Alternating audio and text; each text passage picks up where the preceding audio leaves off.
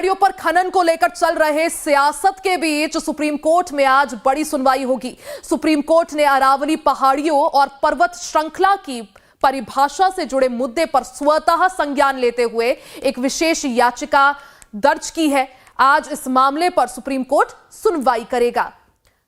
तो अरावली पर्वतमाला की ऊंचाई को लेकर आज सुनवाई होगी। सुप्रीम कोर्ट आज इस मामले की सुनवाई करेगा। सुप्रीम कोर्ट ने खुद इस मामले का स्वतः संज्ञान लिया।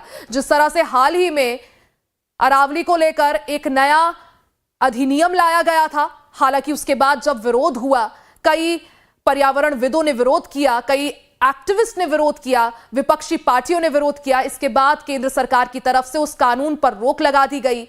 अरावली में किसी भी तरह के नए खनन पर रोक लगाई गई। अब ऐसे में सुप्रीम कोर्ट ने इस मामले का स्वतः संज्ञान लिया है और आज इस मामले पर सुप्रीम कोर्ट सुनवाई करेगा। यह पूरा मामला जुड़ा है जिस तरह से अरावली पहाड़ी की जो डेफिनेशन है उस पर बदलाव किया गया था।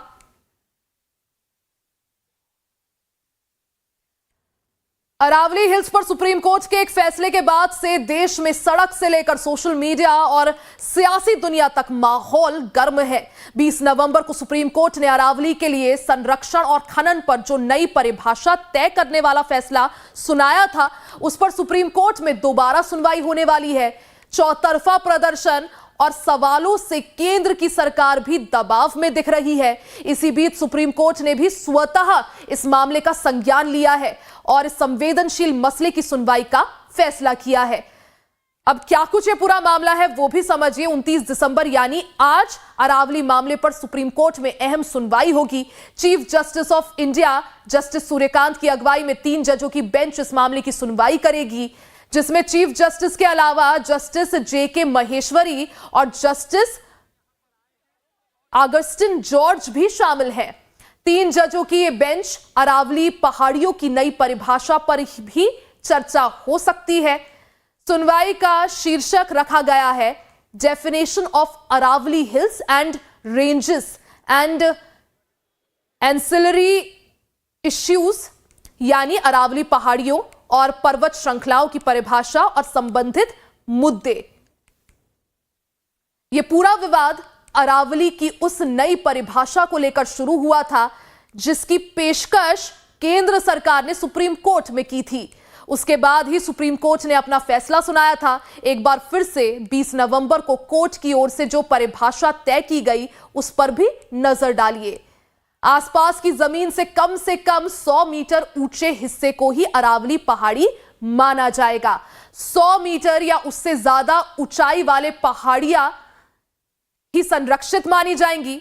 2 या उससे ज्यादा पहाड़ियां 500 मीटर के दायरे के होने पर ही अरावली का हिस्सा मानी जाएंगी। ये वो परिभाषा है अरावली हिल्स से जुड़ी। जब सुप्रीम कोर्ट में मामला चला तो सुप्रीम कोर्ट ने यही परिभाषा को माना। हालांकि बाद में जब इसका विरोध हुआ तो अब एक बार फिर से स्वतः सुप्रीम कोर्ट ने इस मामले का संज्ञान लिया है। इस परिभाषा को लेकर पक्ष और विपक्ष के बीच सियासी संग्राम शुरू हो गया था। सड़कों पर लगातार आम लोग भी प्रदर्शन कर रहे हैं क्योंकि सबको डर है कि अगर इसे मान लिया गया तो इसे मान लेने से अरावली की पहाड़ियों का खनन का काम धड़ल्ले से शुरू हो सकता है।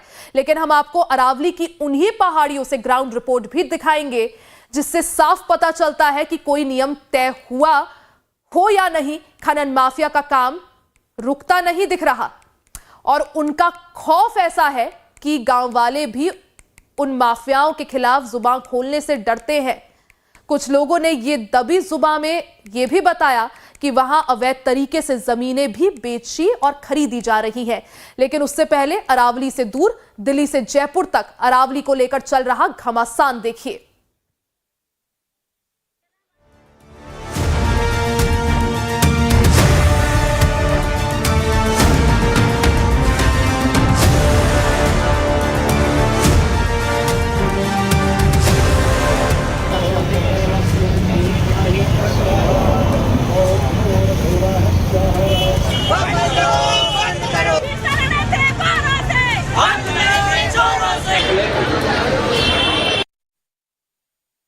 अरावली मामले में सुप्रीम कोर्ट में सुनवाई होनी है आज। इस बीच इस मुद्दे पर सियासत भी तेज हो चली है। वरिष्ठ कांग्रेस नेता और राज्यसभा सांसद जयराम रमेश ने इससे पहले रविवार को अरावली पहाड़ियों के विषय को लेकर केंद्र पर्यावरण मंत्री भूपेंद्र यादव को चिट्ठी लिखी, जिसमें उन्होंने अरावली पहाड़ियों की नई परिभाषा को लेकर अपनी चिंता जाहिर की और इस संबंध में केंद्रीय पर्यावरण मंत्री से 4 सवाल भी पूछे।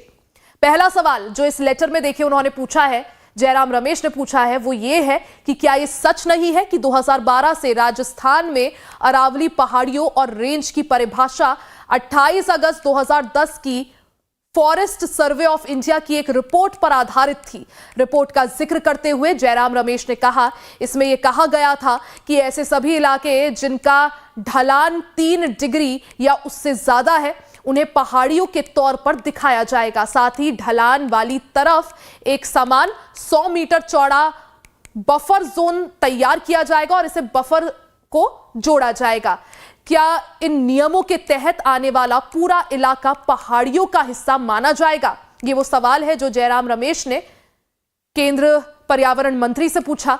कांग्रेस की ओर से दिल्ली प्रदेश अध्यक्ष देवेंद्र यादव ने भी केंद्र सरकार पर सवाल उठाए हैं। दिल्ली है विशेष रूप से वो पोल्यूशन की मार बहुत ज़्यादा झेल रही है। लगातार AQI 450, 500 और 1000 तक बना हुआ है। ऐसी स्थिति में अरावली नहीं होगी तो आप सोच सकते हैं कि क्या हालत दिल्ली की होने वाली है। और किसी भी प्रकार से मैं मानता हूं कि सुप्रीम कोर्ट का जो जजमेंट है वो आया है, लेकिन ये जन भावना और मैं कहूं कि एनवायरमेंटलिस्ट जो जितने भी लोग हैं उनकी नज़र में ये एक ऐसा फैसला है जिससे ना सिर्फ दिल्ली को नुकसान होगा बल्कि पूरे देश में, ख़ासतौर पे राजस्थान, हरियाणा और ये जो एरिया है इसमें बहुत ज़्यादा असर पड़ेगा। लेकिन केंद्र पर्यावरण मंत्री भूपेंद्र यादव ने कांग्रेस के विरोध को राजनीतिक बताकर खारिज कर दिया। ये तो सब राजनीति से प्रेरित है। इन्हीं लोगों ने सबसे ज़्यादा इलीगल माइनिंग कराई। इन्हीं के समय में पिटीशन फाइल हुई, इन्हीं के समय में राजस्थान की डेफिनेशन आई, इन्होंने ही 700 से ज़्यादा पट्टे दिए। हम तो बचाने में और इलीगल माइनिंग को पूरी तरीके से रोकने में लगे हैं और राजस्थान की सरकार पूरी तरीके से लगी हुई है। पर्यावरणविदों की दलील है कि अरावली केवल पहाड़ नहीं है बल्कि ये उत्तर भारत को रेगिस्तान में तब्दील होने से रोकने का सबसे बड़ा जरिया है।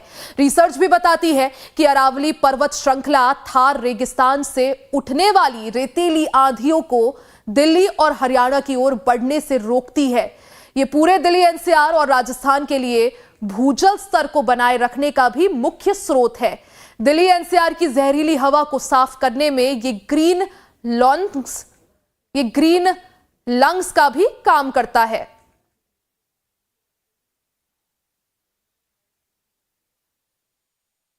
I think it's very unfortunate that the Supreme Court actually accepted the new definition that's been given by the government. We're talking about Aravali Hills, which is one of the oldest mountain ranges that we actually have on this planet.